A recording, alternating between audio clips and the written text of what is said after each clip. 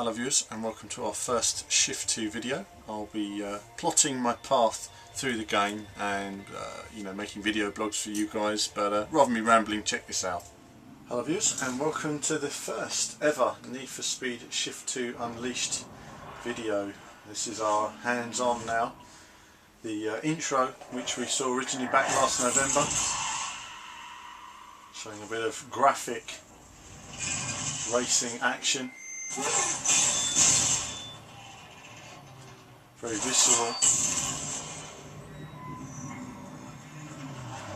And that man's probably got a slight bit of fear in his eyes there. Slight bit of fear, you know. Eau Rouge is not the place where you'd want to be upside down. I'm saying that one only needs to look at Jacques Villeneuve and Zonta. They certainly made a meal of it up there. So a cool intro then. We've got a different guy, of course, which you'll see. We haven't got our angry man, you must win the race man. We've got a different guy now. Nice menus though. I mentioned in the next clip they're very sort of Codemasters inspired, but dare I say there is a nice sort of... We used to have menus like this years ago that were kind of ray traced, where you could pre-render something. It looks very cool, but have a look for yourselves. Okay, so just a quick cut there. You can sign on, but we can't sign on in this version at the moment. Lovely menu screens, look at that. I really like the way those sort of is implemented. Dare I say it's very Codemasters in a way. Let's go into the career mode. So you want to be a professional driver?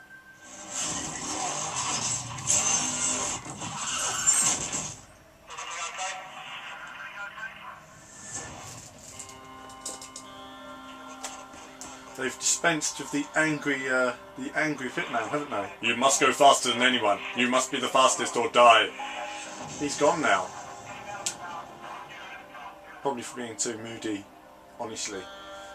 But here we are. We see corners. There is track. There is corners.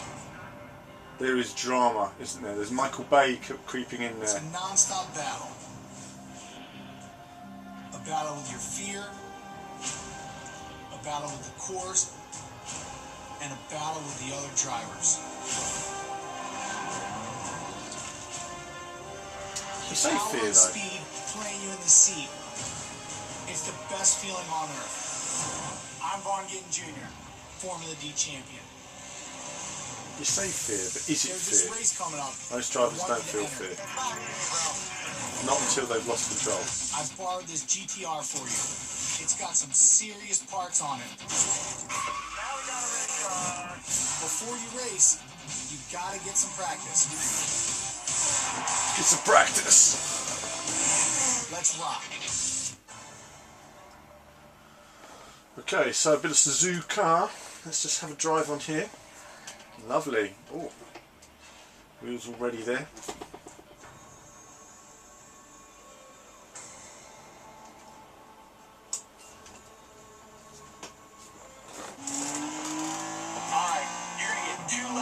Target times. I'll be watching, and when you're finished, I'll have some settings for you. A very strange look to it. Of course, this is the new helmet cam. Okay, it's best to enter corner slow and accelerate hard out. Oh goodness, it doesn't feel right for me at all. Okay, that's going to take some getting used to. Let's just change views before we. Hang on a minute. Oh goodness, no. Ah, there's the view change. Let's get away from that helmet cam for a minute. So the helmet cam is cool, no doubt about that, but I think as someone just starting out, I'd like to get a feel for it here. Of course, this is with assists on, automatic gears.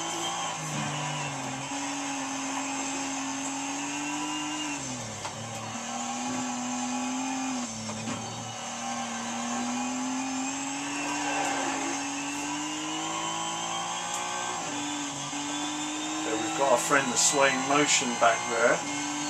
Very intense looking Suzuka here. Lots of dark colour palettes, very defined colours.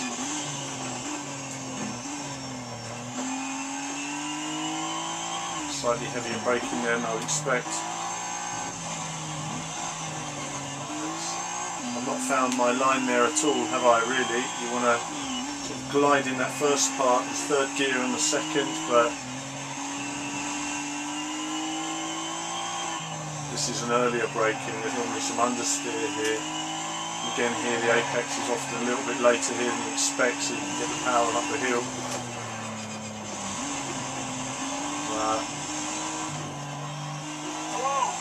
So first impressions then, trying to be a bit more aggressive, and it feels a lot like shift 1 honestly. There's not a huge difference here. See the car moving about a bit there, coming off that corner, it's kind of waving around. Not so bad for a beginner. Okay, we're going to lock in your settings for the race. No, I don't want to lock in my settings. If you like what you see, let's go do some racing. Handling mode. So here we go then, handling mode, what we want. Okay then, so first impressions, dare I say, a little bit disappointing. Not quite the unleashedness I was looking for. Obviously that was with assists on. I haven't progressed to elite mode yet, but let's get on with the next race. You need to do these first couple of races before you assign your assists. My finish position here will determine my difficulty setting. Goodness, I better actually do a decent drive then. Sick! This is a nice turnout. We got some Porsches, some Corvettes, a couple of GTRs, some real track day weapons out there. So finish strong and you'll earn enough to buy your own car. Some really nice graphical effects there. Alright, this is it, man. Go get them. There is quite a bit of scenery motion blur actually.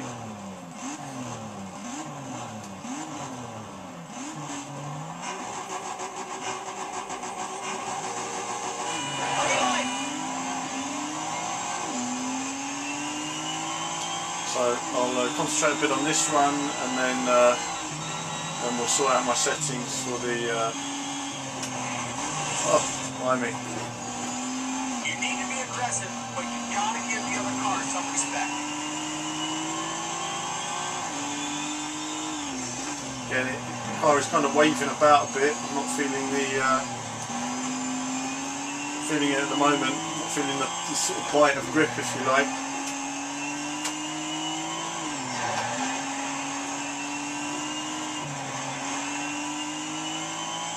So with assists on then, so far, first impressions are not really any difference to shift 1 at all.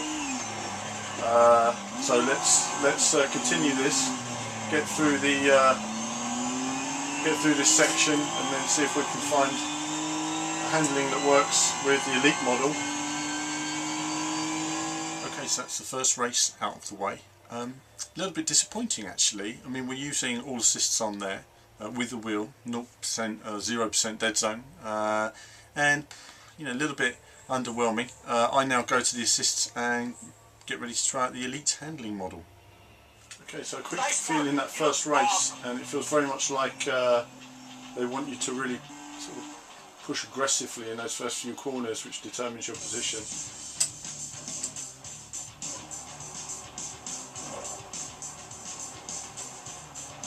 No.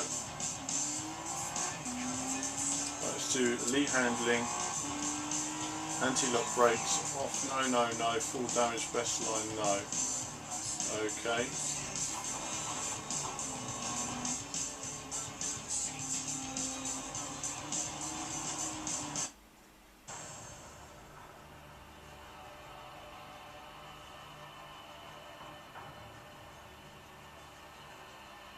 There are plenty of cars in your budget. You've got some nice options.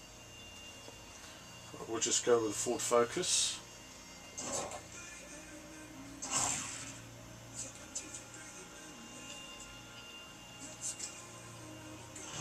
Good choice, man. This is where it all begins. From here, you have the chance to do all kinds of racing.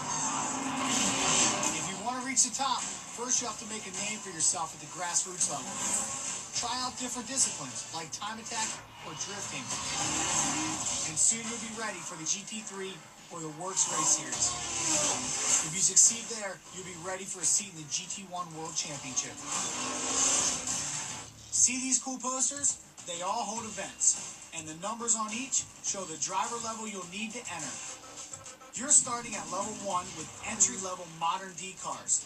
By the time you hit level 16, you'll be a full-on GT1 World Championship driver. I think you've got some real talent. Let's see how far you can take it. Alright, it's time to pick a race and get out there.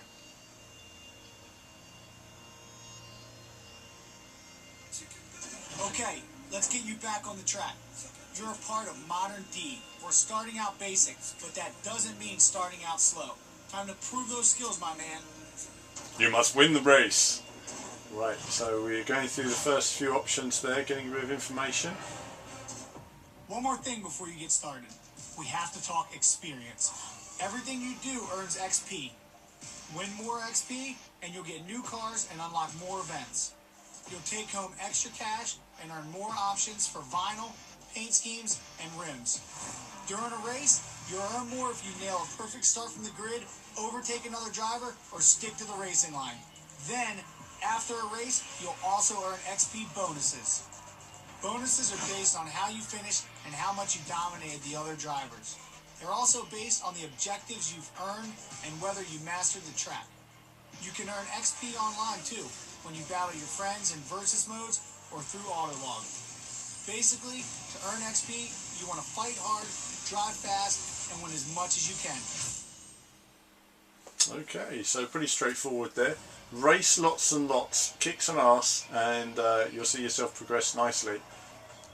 Okay, that's my first Shift 2 video out of the way. There'll be lots more following in the coming days if they're not all up already, so do check those out, and there'll be loads more information on the VVV Automotive website as well, including a few dedicated videos for the site. After this I went on to the Shanghai circuit, and I have to point out that on the PS3 version at least, the resolution is disappointing, especially in the evening glow. It's a bit blurry. So disappointing in fact that I actually thought it was running in 480p. I actually changed over the HDMI cable just to double check that imagery and cars and everything else should look that way. Some of it is slightly disappointing on console. On the PC however, you don't have that problem. It is looking pretty sharp on the PC, but more to follow.